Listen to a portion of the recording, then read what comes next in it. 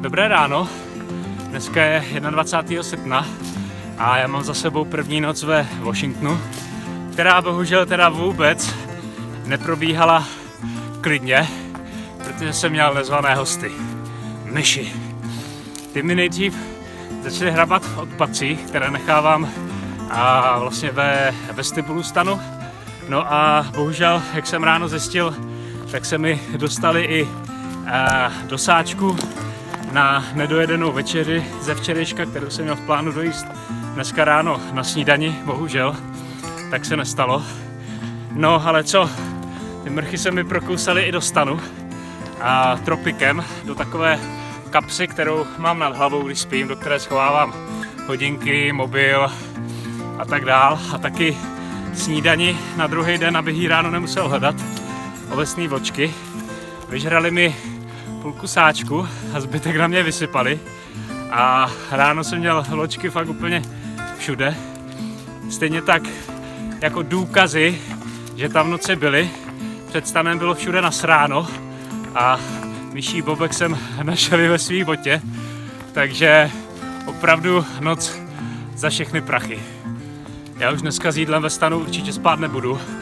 A mám vlastně provázek, který sebou táhnu už od mexických hranic a kromě opravy Microspikes jsem ho na nic nepoužil ani jednou. Takže dneska určitě pytel s jídlem zavěsím, ať to ty mrchy neláká se prožírat do mýho stanu a žrát moje jídlo. A jinak, jak jste si mohli všimnout, tak vůbec neprší, ačkoliv předpověď slibovala pravý opak. A nakonec jsem v horách a tady to počasí je dost nepředvídatelné, takže kdo ví, jak to bude vypadat později, ale zatím to vypadá docela dobře, tak uvidíme. Já jsem se teď od procházejícího hikera dozvěděl, že za 8 mílí má být Trail Magic.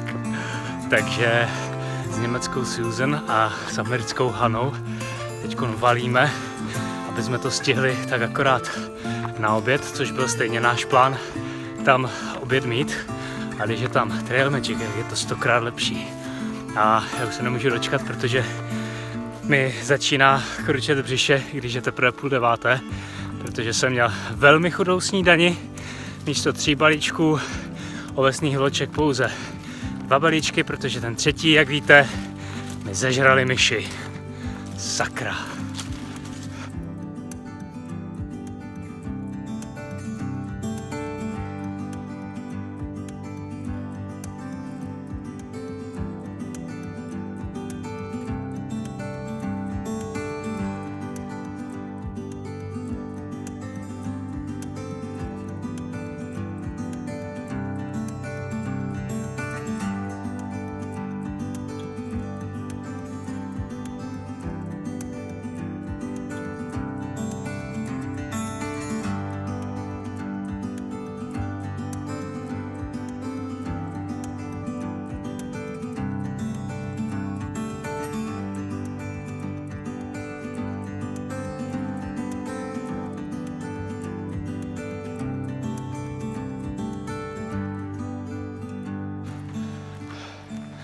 Tak já už mám Trail Magic zdárně za sebou.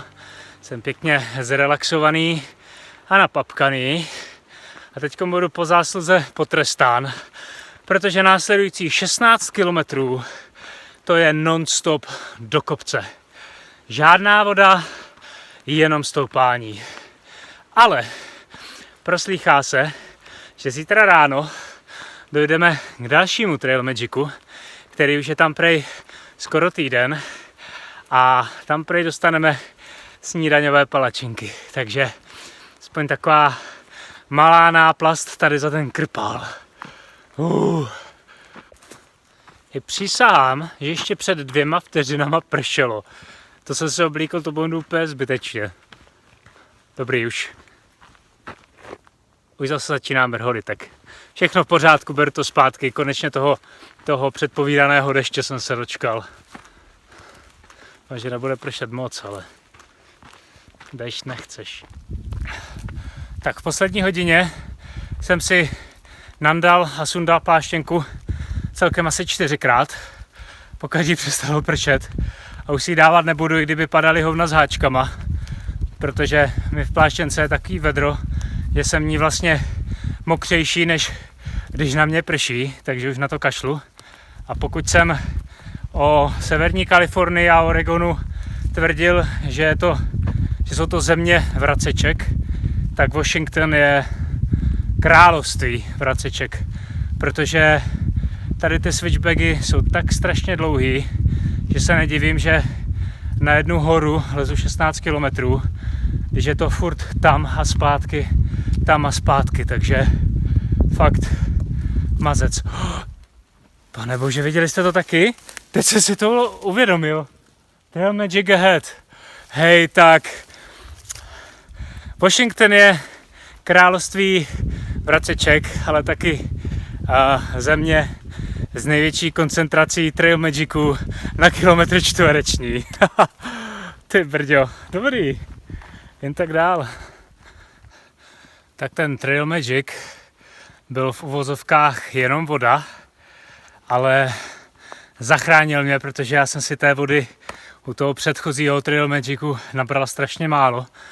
A jelikož je to furt do kopce, tak piju jako ťava. Takže jsem doplnil zásoby a měl jsem normálně takový štěstí, že asi minutu po tom, co jsem k tomu Trail Magicu přišel, přijel chlap, ten, který se o ten Trail Magic stará, a řekl, že už bohužel nemá v životě čas na to tam jezdit a tu vodu doplňovat. Takže sundal vývězky, zbalil všechnu vodu, všechny kanistry a normálně odjel. Takže ti, co jdou za mnou a nestihli si v Trail Magicu nabrat vodu, tak mají bohužel smůlu a musí vydržet dalších 9 mil k první vodě, což je nějaký potok, a tam to dneska zabalím a budu tam kempovat. Takže jsem měl fakt štěstí. Tak já už jsem asi tak 3 míle od kempu.